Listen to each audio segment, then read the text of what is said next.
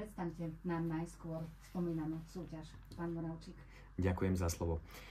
Aby sme predstavili, je to súťaž, je to národné ocenenie, ktorú vyhlasuje Ministerstvo životného prostredia prostredníctvom svojej Enviro agentúry, Slovenskej agentúry životného prostredia, ktorá mimochodom má sídlo tu v Banskej Bystrici, kde sa aj teraz nachádzame v štúdiu Rádia Lumen.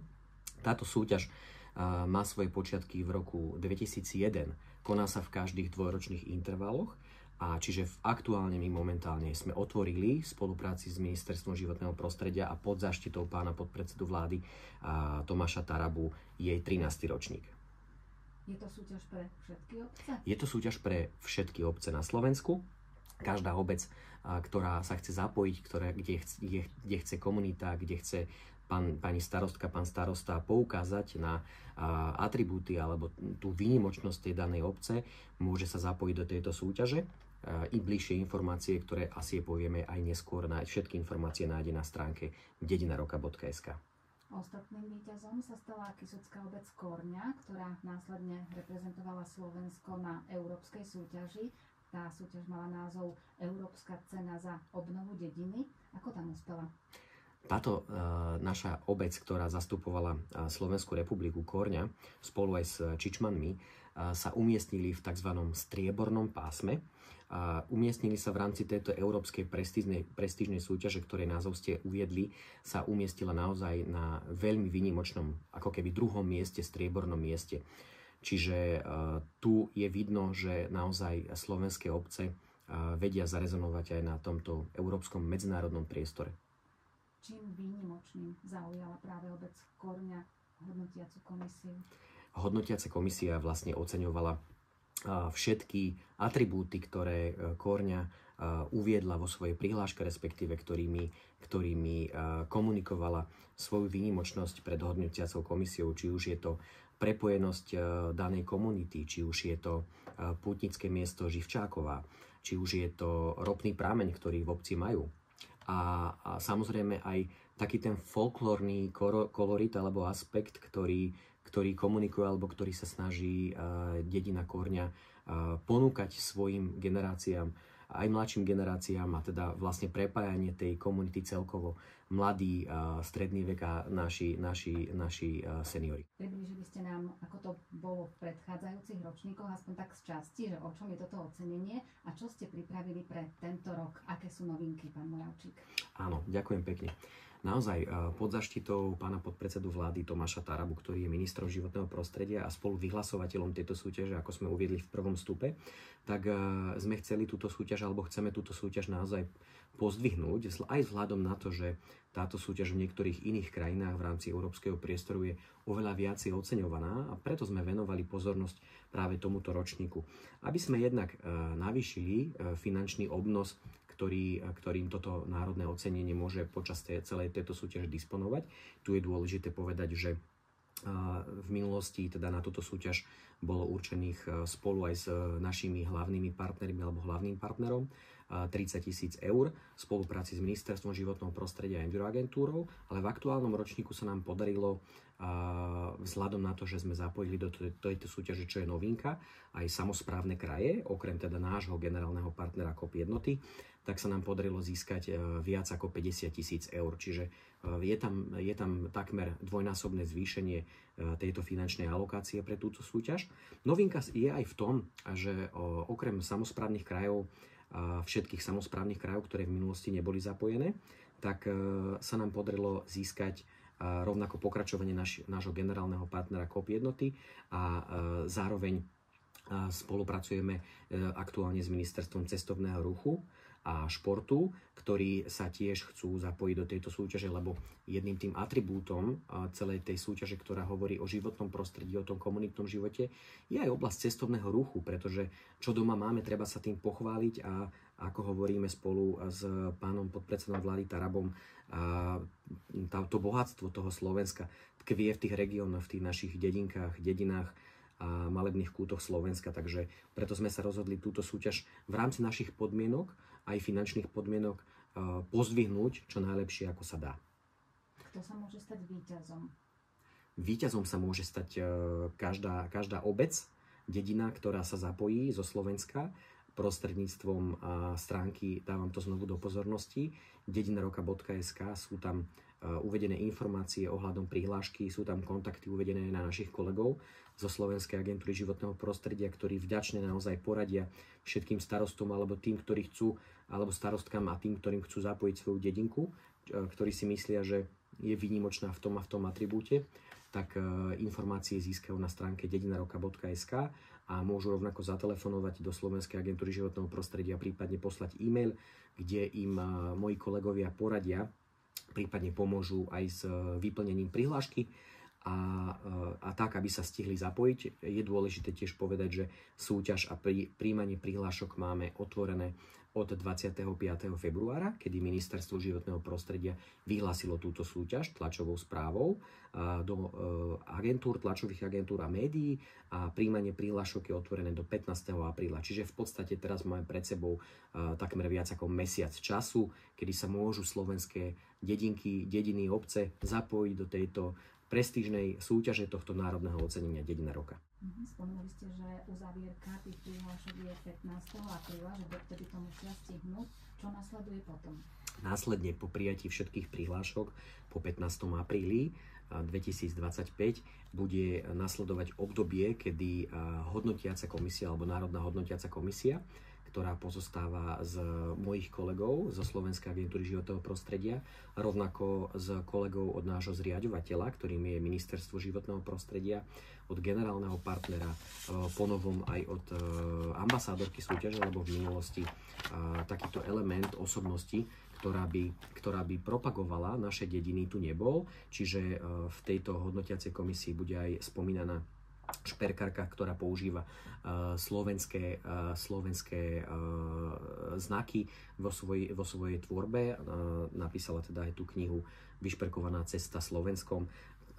To ju vlastne pritiahlo k tej našej súťaži, ktorá vyzdvihuje ten osobitý kolorit týchto našich dedín, čiže aj tá bude ponovom zapojená v tejto národnej hodnotiacej komisii. No a aby som teda ešte povedal, v rámci tej hodnotiacej komisie je Združenie miest a obcí Slovenska, Spoloch pre obnovu dediny, Ministerstvo životného prostredia, Slovenskú agentúru životného prostredia som uviedol.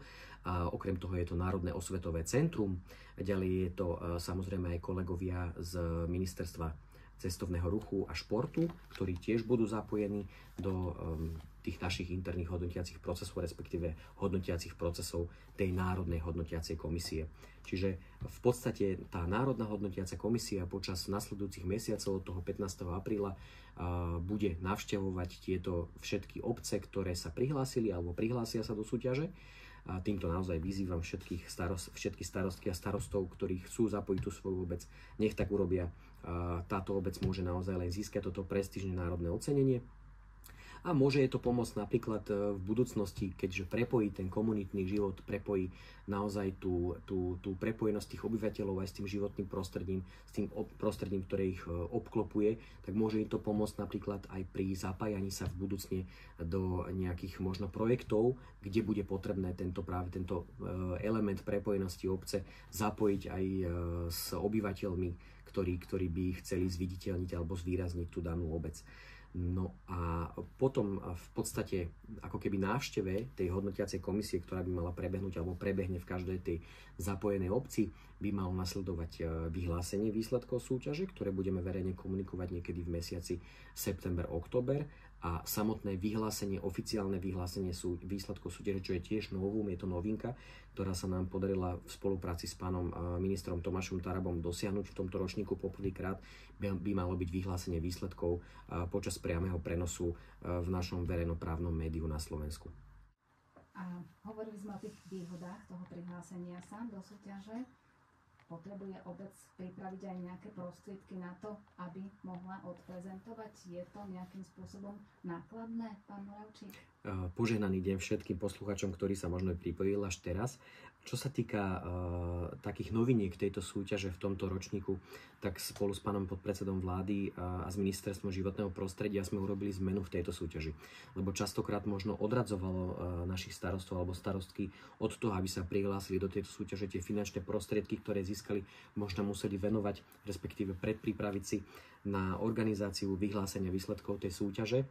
alebo na ten samotný slávnostný akt.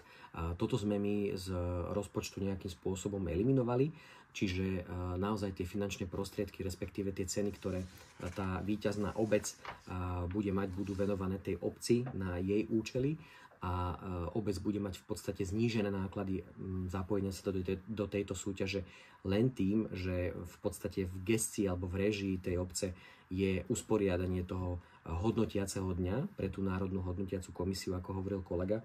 Tá návšteva trvá 3 hodinky, tak aby tá komisia naozaj si prešla tú obec, zoznamila sa s tým prostredím, zoznamila sa so všetkými tými atribútmi, ktoré tá obec alebo dedinka chce zaujať.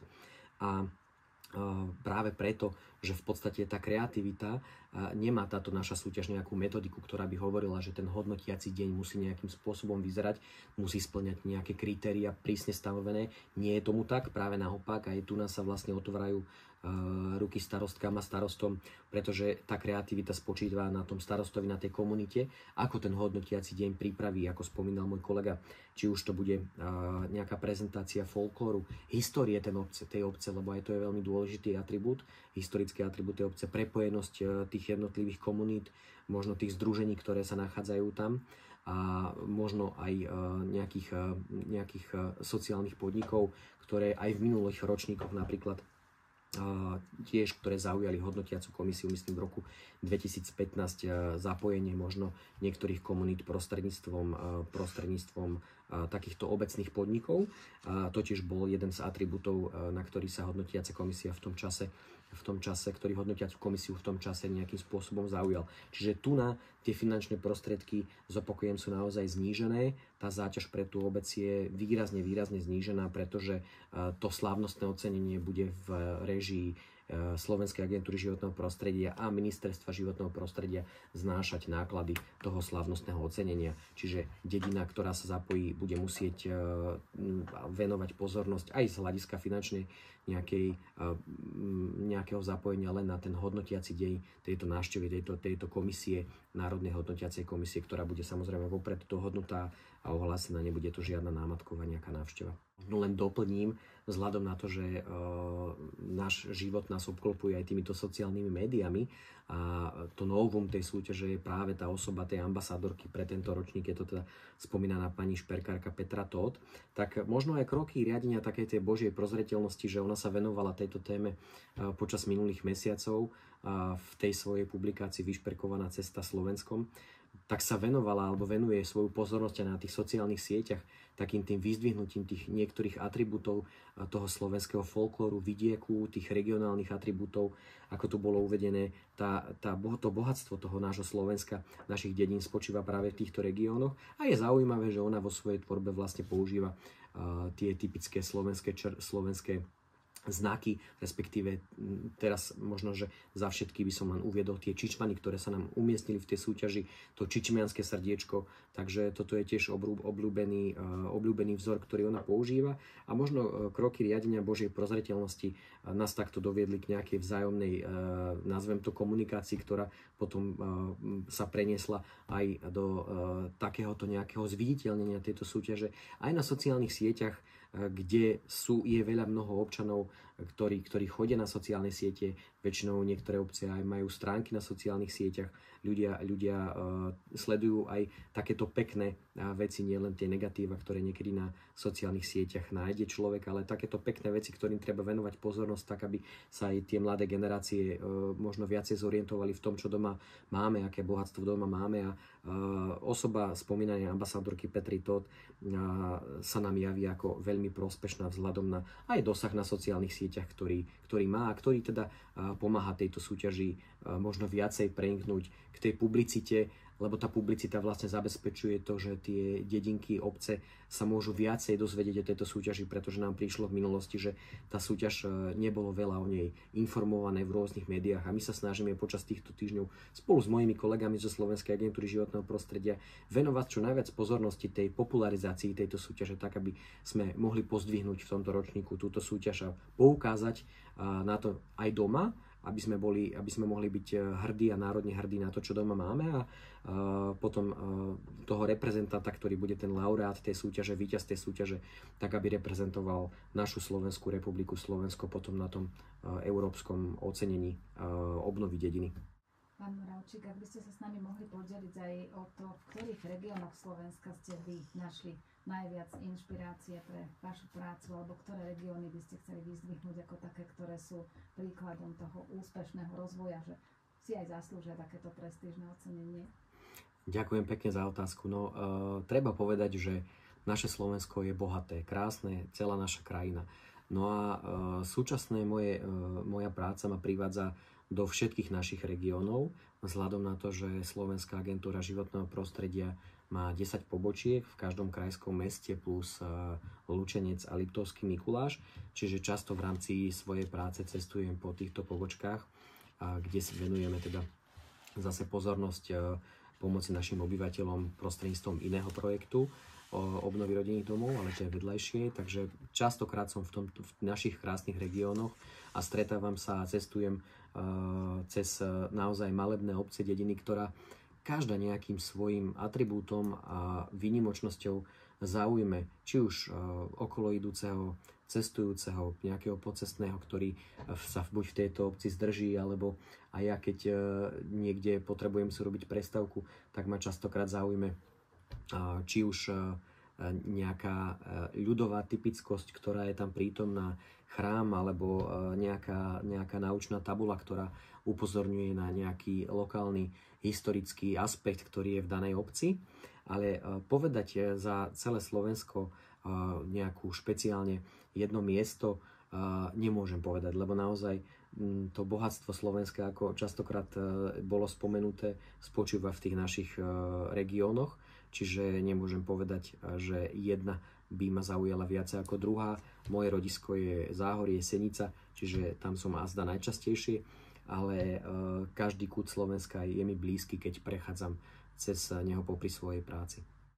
Už ste spomínali, kedy spoznáme dedinu roka 2025, ale ak by ste to na záver mohli pripomenúť, kedy môže očakávať obec, ktorá sa prihlási do tohto ocenenia alebo do tejto súťaže, že či uspela alebo nie.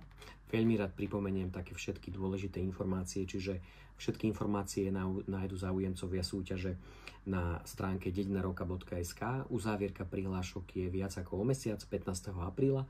Následne bude Národná hodnotiaca komisia počas mesiacov nadchádzajúcich hodnotiť, navštevovať tieto dediny, ktoré sa zapoja do súťaže, a v mesiaci september, október budú vyhlásené výsledky tejto súťaže a samotný slávnostný akt udelenia cien počas, predpokladáme, že by to mal byť priamy prenos v našom verejnoprávnom médiu celoslovenskom.